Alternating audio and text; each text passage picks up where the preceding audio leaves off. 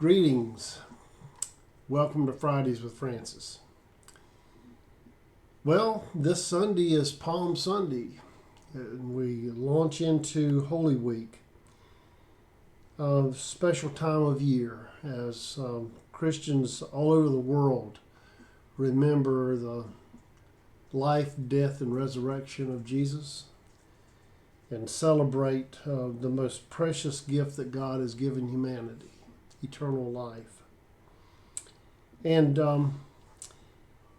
my mind went back to the Easter pageants that we've had over the years. You know, before I was ever a minister, I was a congregant and took part in the worship services in the church where I grew up.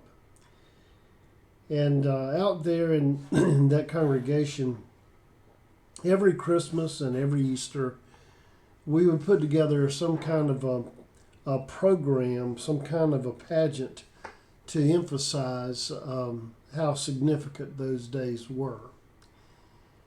And I remember one year I was given the task of being one of the characters in the pageant. And my job was to be Simon of Cyrene. Now you remember the story of Simon. He was the fellow who was drafted, I guess you could say, from the crowd by the Roman soldiers as Jesus was making his way to Calvary. Jesus, who had already been beaten within a hair's breadth of death, had been given the task of carrying his own cross to Calvary. And he was at the point where he kept falling beneath the weight of the cross. And of course, the soldiers kept beating him to keep taking the cross and to pick it up and to keep moving forward. And when it appeared as though Jesus was just too weak to carry the cross and he fell under it yet again, we're told that the soldiers grabbed Simon of Cyrene, told him to pick up the cross. And I've often thought about Simon. I guess maybe being in that role made me think of Simon in another way. I gave a lot of thought to who Simon was, and I can imagine that Simon was a person who had been drawn to the Via Dolorosa, just to see what was going on. If we were talking about it today, we would say Simon had no skin in the game. There was no need. Simon didn't do anything to condemn Jesus. He didn't do anything to persecute Jesus. He certainly didn't have any role in executing Jesus. And yet Simon was drafted to be the one who bore the cross of Jesus. And I've thought about that many times because can you imagine the impact it had on his life? As Simon takes the cross up to Golgotha, and then he sees what the soldiers do to Jesus, and the driving the nails through his hands and feet, and then lifting the cross up and it dropping into the hole with a dull thud, knowing that as it does so, the pain is even more severe for the person upon the cross.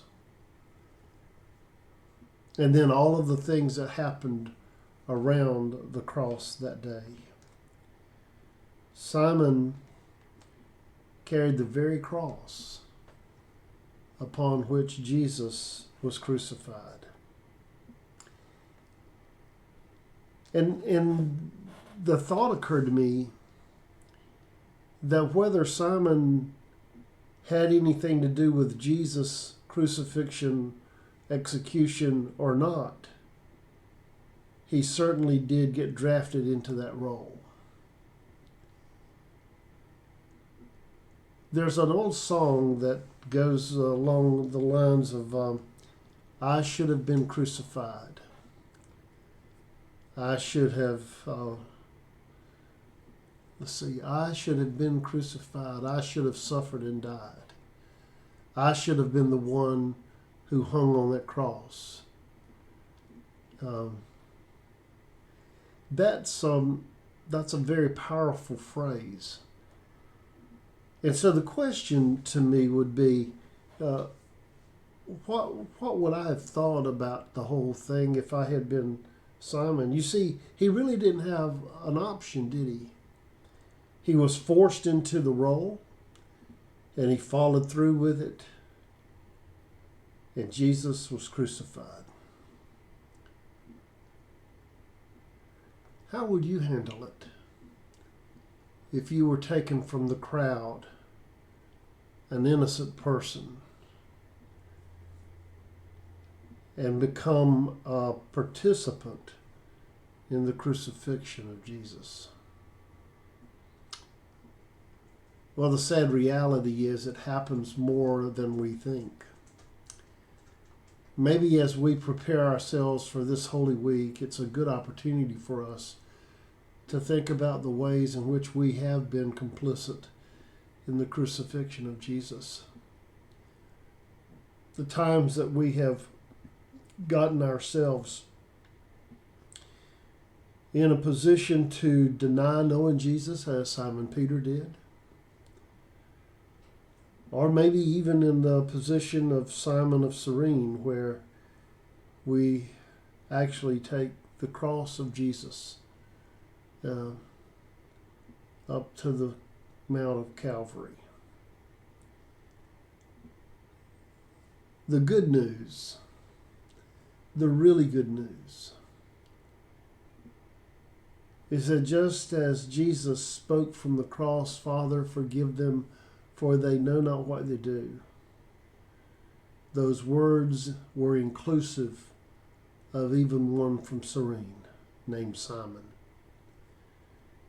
And that's the story of Easter.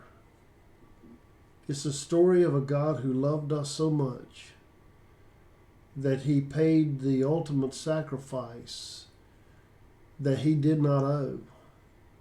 And he who knew no sin became sin for us, that we might become the righteousness of God. Well, I trust this week will be a holy week for you, and it will be a great opportunity to work through the preparation for the celebration of Jesus, crucified, dead, buried, and alive.